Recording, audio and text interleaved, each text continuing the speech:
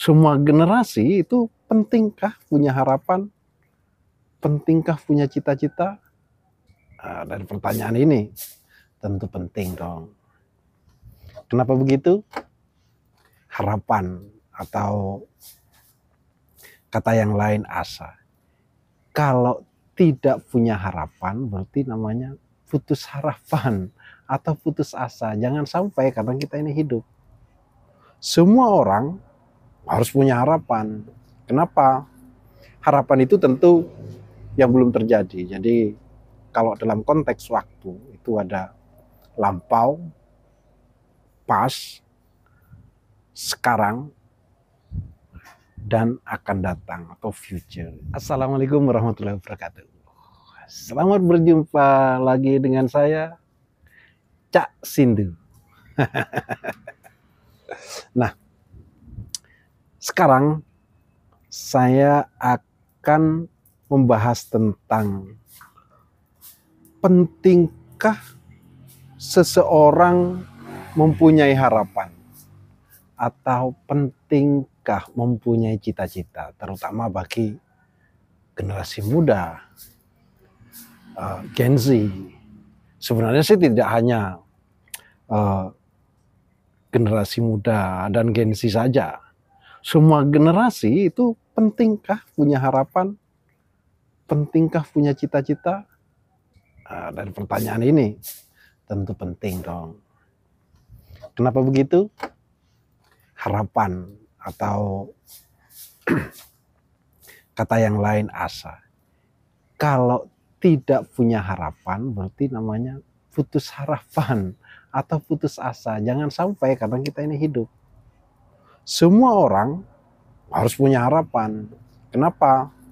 Harapan itu tentu yang belum terjadi. Jadi kalau dalam konteks waktu itu ada lampau, pas, sekarang, dan akan datang atau future. Nah, sebagai manusia yang hidup, sebagai manusia yang memang secara fitrah sejak lahir itu manusia berbudaya, manusia yang mempunyai kebutuhan untuk melangsungkan hidupnya, maka secara otomatis untuk keberlangsungan hidup, survivalnya itu harus punya harapan, harus punya cita-cita. Tentu kedepannya apa yang akan dicapai. Tapi dalam hal ini yang dimaksud harapan itu tidak mesti harapan sebagai profesi atau profesinya apa gitu ya. Tidak mesti kita patok di situ saja. Misalnya gini, bercita-cita kepingin jadi tentara. Nggak apa-apa. Cita-cita kepingin jadi polisi, bercita-cita kepingin jadi guru, bercita-cita kepingin jadi dosen, bercita-cita kepingin menjadi bisnismen, menjadi pilot.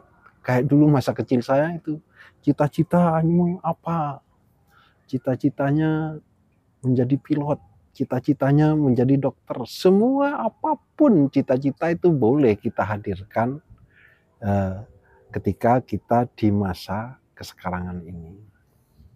Tapi begini, kalau dalam konteks profesi, apakah yang kita cita-citakan itu mesti sesuai kalau dalam konteks profesi? Enggak mesti. Misalnya, sekian ratus orang, sekian ribu orang di negara kita ini banyak yang bercita-cita menjadi tentara. Pada faktanya tidak semua menjadi tentara. Semua ingin jadi guru. Pada faktanya tidak semua menjadi guru. Semua banyak, sekian ratus orang, bahkan 1000 orang, beribu-ribu orang, berjuta-juta bahkan bercita-cita ingin jadi pilot, ternyata nggak semuanya menjadi pilot. Kalau semua menjadi pilot, nanti siapa yang menjadi penumpangnya? Bercita-cita ingin jadi dokter, kalau semua menjadi dokter, siapa akan jadi pasiennya?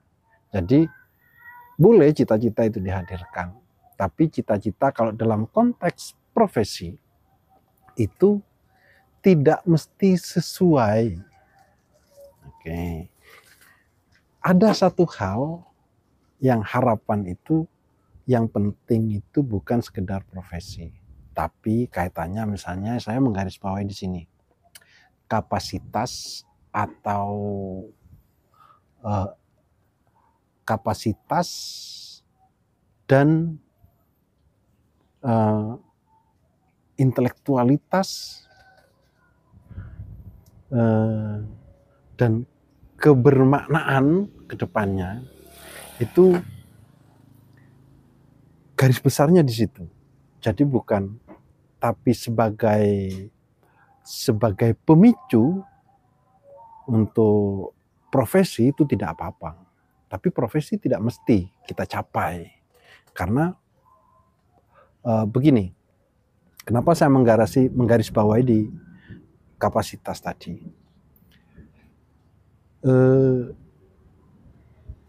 Seperti apa ke depan kita, penentunya adalah kesekarangan ini.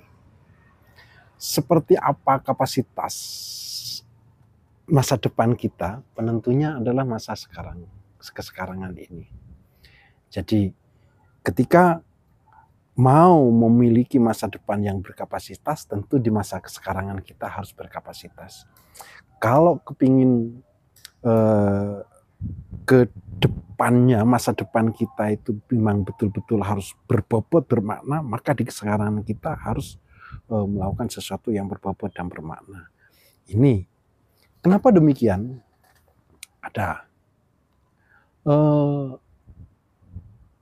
kalau terkait dengan profesi, bahkan terkait dengan ekonomi atau materi yang akan kita miliki, rasanya begini, bukan tergantung pada seberapa otot dan pikiran kita yang kita keluarkan.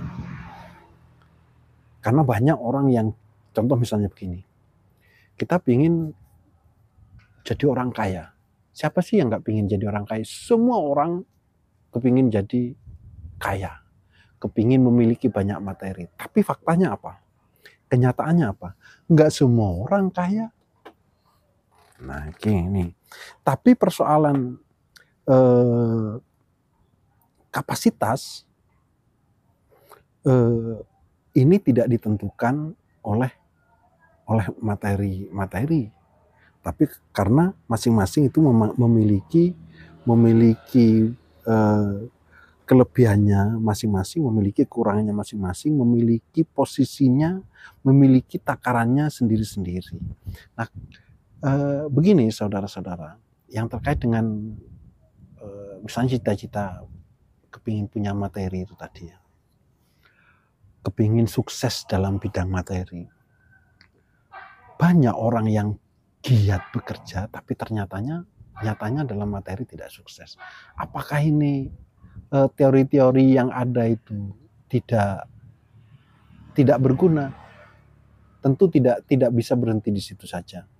Banyak orang yang bekerjanya biasa-biasa saja, tapi buktinya mereka bisa memiliki sekian banyak materi. Kalau menurut saya di sini adalah terletak di kapasitas masing-masing. Kapasitas dan integritas masing-masing untuk menghadapi ini semua. Jadi seperti yang saya katakan tadi, seperti apa masa depan kita itu sangat bergantung pada kesekarangan kita ini. Contohnya begini, kalau misalnya saya bercita-cita ingin menjadi pilot, ketika profesi itu tidak dapat saya kejar, paling tidak saya tidak akan kebingungan untuk mengalihkan, untuk memilih profesi yang sebelumnya sudah saya pilih ternyata tidak terjadi. Kenapa? Karena kita sudah punya kapasitas. Nah, kapasitas itu nanti realisasinya bergantung pada integritas masing-masing. Jadi yang perlu kita sadari adalah terkait dengan kapasitas itu tadi, kapasitas masing-masing dan integritas masing-masing, bukan pada profesi atau kesuksesan secara profesional, kesuksesan secara material, bukan itu. Karena kalau alat ukurnya itu, maka rasa-rasanya di Indonesia ini kayaknya lebih banyak yang gagal daripada yang berhasil kan gitu. Tapi kan bukan itu sudut pandangnya, cuman common sense ini. Kadang alat ukurnya hanya materi saja. Apakah materi tidak penting? Ya penting. Tapi tidak semata-mata alat ukurnya materi saja, karena banyak orang memiliki kapasitasnya masing-masing yang di situ yang paling menonjol bukan di bidang materi. Ada yang menonjol di bidang keilmuan. Tapi apakah orang yang memiliki keilmuan secara otomatis materi akan mengikuti? Iya. Di bacaan-bacaan itu memang ada bahwa siapa yang memang sungguh-sungguh mengejar ilmu, maka pekerjaan atau materi itu akan mengikuti. Tapi alat ukurnya kan tidak bisa digeneralisasi. Yang dimaksud materi mengikuti itu tidak mesti alat ukurnya itu kayak kita berlimpah kaya raya, tidak mesti begitu alat ukurnya. Walaupun kita semua kepingin ya, mudah-mudahan semua orang Indonesia ini khususnya kaya raya semua, tidak satupun yang miskin, kan harapannya begitu. Tapi pada faktanya kan tidak. Nah ini jadi alat ukurnya ke sana, karena ada yang secara kepemilikan tentang materi itu berlimpah, lebih dari cukup. Ada yang cukup. Nah alat ukurnya kalau kapasitas itu berarti persoalan kecukupan, merasa cukup. Jadi seperti video yang sebelumnya yang terkait dengan keberterimaan itu tadi. Jadi kalau apalagi kita orang yang sangat menyadari kita percaya adanya Tuhan ya. Kalau Tuhan memang maha kuasa, kita menyadari betul, kita yakin betul bahwa semua Tuhan itu adalah yang maha kuasa. Apa sulitnya bagi Tuhan semua orang dibikin kaya secara materi? Apa sulitnya? Nggak ada yang sulit. Semua orang dibikin pinter semua. Apa sulitnya? Nggak sulit, wong maha kuasa. Nggak ada yang sulit. Sekarang mau bilang sekarang kamu pinter, ya pinter. Sekarang kamu kaya, ya kaya. Tapi kan tidak seperti itu. Jadi ukurannya, kalau sering saya pernah mendapat cerita itu ketika gajah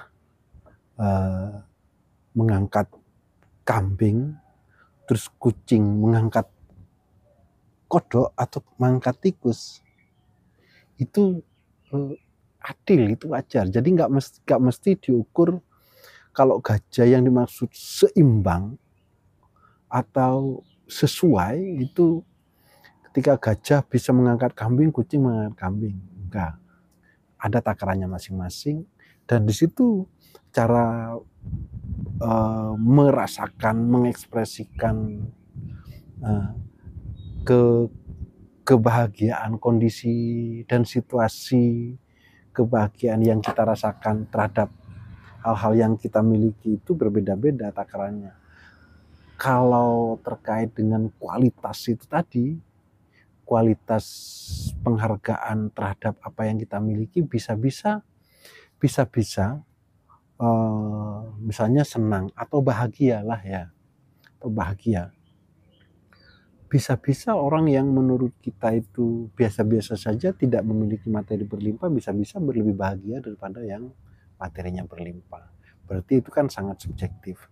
Nah, kalau terkait itu tadi, kenapa ada orang yang pekerjanya semangat tapi kok apa yang dicita-citakan dianggap tidak tercapai, terus ada yang kayaknya biasa-biasa saja, tapi menurut kita itu kok tercapai, atau kayaknya memiliki kemudahan untuk mendapatkan materi yang kita inginkan, kayaknya begitu ya. Nah, kalau saya melihatnya dari sini, kembali lagi ketika kita percaya pada Tuhan, kita yakin pada Tuhan bahwa kehendak Tuhan itu berbeda-beda. Jadi cara Tuhan untuk mengangkat kita, ekspresinya tentu berbeda-beda. Cara Tuhan untuk mencintai makhluknya itu kan berbeda-beda, tentu tidak sama. Contoh kayak gini, kayak kita sesama manusia saja, antara yang satu dengan yang lain aja berbeda-beda. Apalagi dengan makhluk yang lain ya, tentu berbeda. Nah, ini kan cara Tuhan mengekspresikan cintanya pada makhluknya. Jadi tidak mesti disamakan. Nah, itu kalau kita mengacu ke sana. Nah, kembali lagi kayak tadi. Kenapa sih kira-kira kok ada yang, kalau terkait dengan pekerjaan ya, orang yang bekerja banting tulang sekuat tenaga kok tidak mendapatkan kesuksesan secara materi, tapi ada yang kayaknya santai-santai tapi dia kok sukses secara materi. Ada persoalan di sini. Ada terminologi begini, orang bekerja dengan otot, ada orang bekerja dengan pikiran.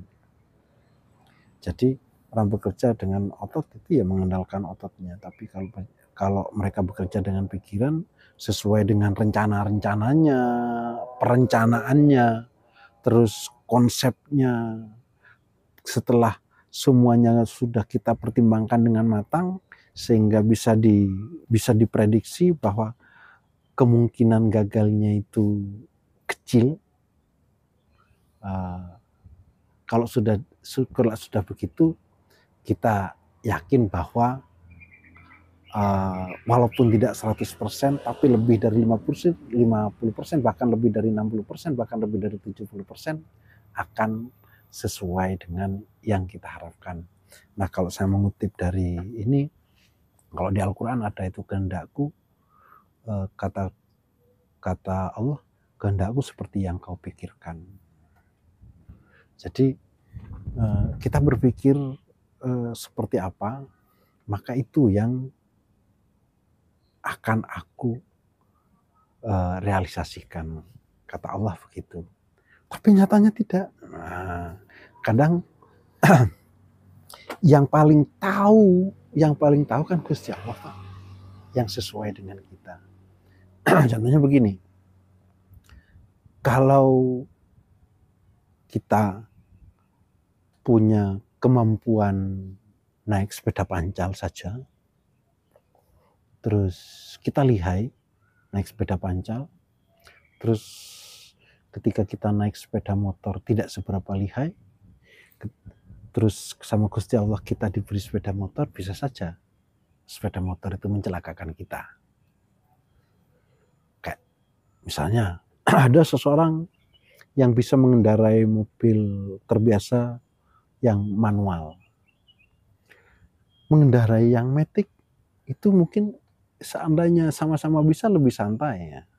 Tapi karena tidak terbiasa, bisa saja ketika mengendarai yang matic itu akan mencelakakan. Ini yang sering luput dari bacaan kita, luput dari kesadaran kita bahwa ekspresi Tuhan itu terserah kita. Kadang begini, ekspresi cinta Sang Maha Kuasa itu seolah-olah bagi kita dianggap musibah, dianggap cobaan, padahal ada ekspresi yang sungguh-sungguh terbaik bagi kita. Karena pikiran kita, karena ambisi kita yang seolah-olah mau mengatur, kita seolah-olah yang mau menentukan kehendak Tuhan, bukan Tuhan yang menentukan kehendak kita. Padahal, saking cintanya itu pun kita boleh bercita-cita kayak gitu ya. Jadi persoalannya di sini, saudara-saudara. Nah, yang dimaksud santai-santai misalnya nggak perlu bekerja banting tulang, itu sebenarnya bukan bukan yang dimaksud kita tidak perlu bekerja giat atau giat bekerja, semangat bekerja. Perlu tentu. Tapi yang dimaksud bekerja banting tulang ketika kita tidak paham, tidak dengan kesadaran, tidak dengan pemikiran. Itu sehingga yang bekerja otot saja, maka tulang kita tuh terbanting-banting sehingga akan realita keadaan yang akan dihadapi, kalau bahasa Jawanya itu sengko. Sengko itu apa bahasa Indonesianya? Sungguh melelahkan. Tapi kalau kita bekerja dengan pikiran, itu biasanya tidak melelahkan. Kenapa begitu? Biasanya gini, orang yang bekerja dengan pikiran, terus artinya apa? Apa yang kita lakukan itu ada perencanaan yang matang, konsepnya yang matang, itu bekerja dengan pikiran, bagaimana nanti akan dilakukannya, atau kalau di perusahaan itu SOP-nya seperti apa. Nah, ketika paham di sini, maka masing-masing akan punya peluang untuk mencintai pekerjaannya. Nah, ini banyak para pekerja yang betul-betul sudah giat, tapi tidak sampai mencintai pekerjaannya. Dia cuman mencintai dampak dari pekerja atau penghasilannya. Sehingga kalau sudah seperti itu akan menghambat apa yang dicita-citakan ini tadi. Kenapa? Kata dasarnya itu adalah cinta, mencintai pekerjaannya, mencintai kegiatannya, mencintai apa yang mesti dilakukan. Nah, kalau sudah mencintai, maka di situ tidak akan melelahkan secara fisik. Justru bisa dijadikan healing, refreshing. Banyak sekarang yang refreshing ke gunung, refreshing ke pantai, ke tempat rekreasi. Nah, bagi pekerja yang pagi harus berangkat ke tempat kerja, sore berangkat sampai sore, atau ada yang lembur sampai malam. Kalau mereka mencintai pekerjaannya, maka itu tidak akan melelahkan. Dia akan menemukan situasi seperti situasi seperti healing, seperti refreshing. Itu kalau kita mencintai pekerjaan kita apapun. Nah, kembali pada profesi. Apapun profesi kita. Ada yang profesinya sebagai seniman. Dia mencintai profesi itu. Sehingga dia akan bangga terhadap profesinya. Maka kalau sudah mencintai, alat ukurnya bukan materi yang dicapai. Tapi ada katarsis namanya. Ada sampai pencapaian katarsis. Apakah materi tidak penting? Tidak, mereka tidak butuh materi, butuh. Karena semua orang yang hidup itu butuh materi, karena itu alat. Tapi jangan lupa, kalau itu alat berarti bukan tujuan. Nah gitu. Nah, persoalannya sekarang kan gini. Ketika saya ngomong tadi, ada orang yang sudah bekerja giat, punya harapan, punya cita-cita, tapi kayaknya kok tidak tercapai. Ketika tidak tercapai, maka putus harapan sehingga membuat stres, bahkan galau. Kayak tadi, karena yang dicita-citakan, yang diharapkan itu adalah dampak dari kegiatan itu adalah materi. Oke, nah ini yang perlu disadari ya. Wah, omong kosong itu, munafik, ada misalnya begitu ya. Munafik itu. Semua orang itu butuh materi. Iya, siapa yang bilang tidak butuh? Saya butuh banget materi. Saya butuh banget. Tapi jangan lupa, materi itu dalam kehidupan kita adalah alat. Kalau alat berarti bukan tujuan. Ada tujuan yang hakiki, lewat alat ini. Jadi gitu. Nah, intinya di situ saudara-saudara. Maka sebenarnya gak perlu juga misalnya risau ketika apa yang kita cita-citakan. Contohnya misalnya saya dari dulu misalnya saya kepingin jadi kayak tadi ya, saya kepingin jadi tentara supaya nanti saya punya pangkat jenderal, saya punya kekuasaan, terus saya pengen jadi presiden.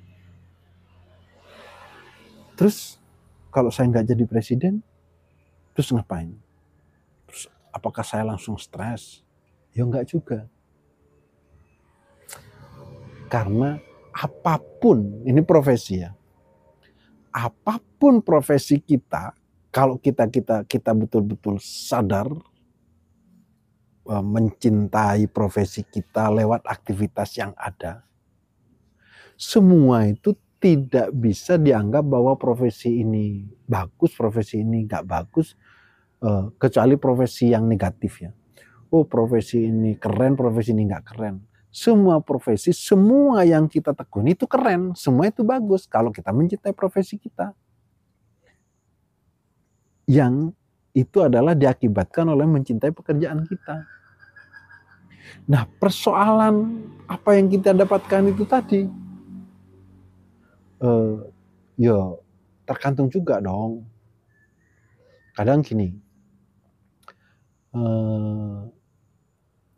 kita berharap materi yang berlimpah, ternyata kita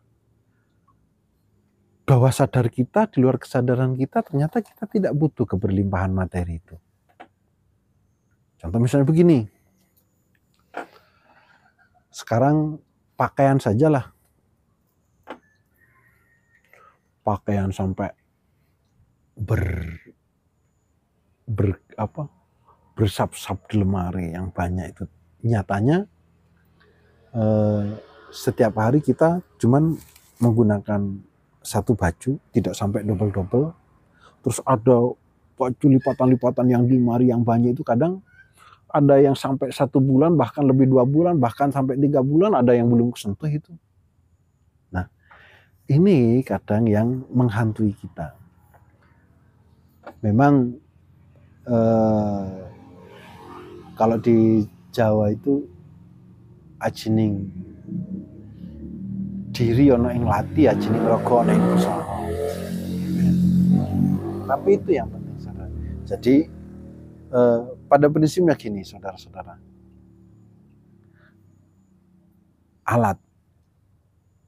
alat itu penting untuk menyelesaikan sesuatu. Kalau misalnya dalam keseharian, alat itu misalnya berupa teknologi ya. Orang bertani ada teknologi tani. Sekarang kita dalam belajar kita mempunyai sekian teknologi untuk mendukung belajar kita. Itu penting untuk melancarkan, untuk melangsungkan supaya lebih efektif, lebih efisien kegiatan kita. Misalnya kita belajar dalam belajar, kita bertani dalam bertani, atau dalam pekerjaan apapun didukung oleh teknologi yang memadai. Itu memang penting supaya keberlangsungannya lebih efektif dan lebih efisien. Tapi ingat, itu alat, bukan tujuan. Itu loh yang penting. Nah, karena terbalik-balik itu ketika alat dijadikan tujuan, ini yang mudah merisaukan dan bahkan mudah kita menjadi, yang terjadi adalah sesuatu yang tidak kita harapkan. Jadi ini saudara-saudara, saya menggarisbawahi gini, apakah penting? Harapan itu tadi penting ya. Tapi apakah yang kita harapkan harus terjadi? Tidak mesti sesuai dengan yang kita ambisikan, nggak mesti sesuai dengan yang kita obsesikan. Nah, kalau dalam konteks meditasi itu kita adalah kesadaran penuh. Kalau kita percaya keberadaan Tuhan, bahwa Tuhan yang maha kuasa, Tuhan maha segalanya, maka yang menentukan adalah Tuhan. Tapi ketentuan Tuhan itu tergantung juga pada bagaimana proses kita. Seperti kun fayakun, kun jadi gak langsung plek gini. fayakun itu adalah prosesnya. Kun jadi. Nah, bagaimana fayakunnya ini adalah proses untuk membuat menjadi ini. Nah, pada proses ini ada kemasing-masingan antara yang satu dengan yang lain itu berbeda-beda. Itu letaknya ada di sini. Di proses ini, ya kayak tadi misalnya, di proses ini ada yang sadar betul bahwa ini alat untuk mencapai tujuan, ada yang sudah bergeser bahwa alat menjadi tujuan. Sehingga apa yang tujuan sebenarnya itu menjadi terabaikan. Begitu saudara-saudara. Nah, jadi saya garis bawahi lagi, ingat, semua kita penting punya harapan, penting punya cita-cita, tapi cita-cita, harapan tercapainya itu tidak mesti sesuai dengan apa yang kita ambisikan, tidak mesti sesuai dengan yang kita obsesikan. Kalau persoalan kualitas, kapasitas yang tidak secara material itu bisa dicapai oleh siapa saja, misalnya kualitasnya. Seberapa kualitas masa depan kita, penentunya adalah kualitas kesekarangan kita. Apapun profesinya, itu bisa lebih berkualitas kalau kita memang berkualitas, terus kita bisa mencintai profesi itu tadi. Nah, tujuan supaya bisa dicapai lebih efektif, lebih efisien, didukung dengan alat yang memadai. Tapi jangan sampai alat itu menjadi tujuan. Karena itu yang membuat bergeser, membuat kualitas kita menjadi tidak memadai. Begitu saudara-saudara, demikian dulu saya Cak Sindu. Wassalamualaikum warahmatullahi wabarakatuh.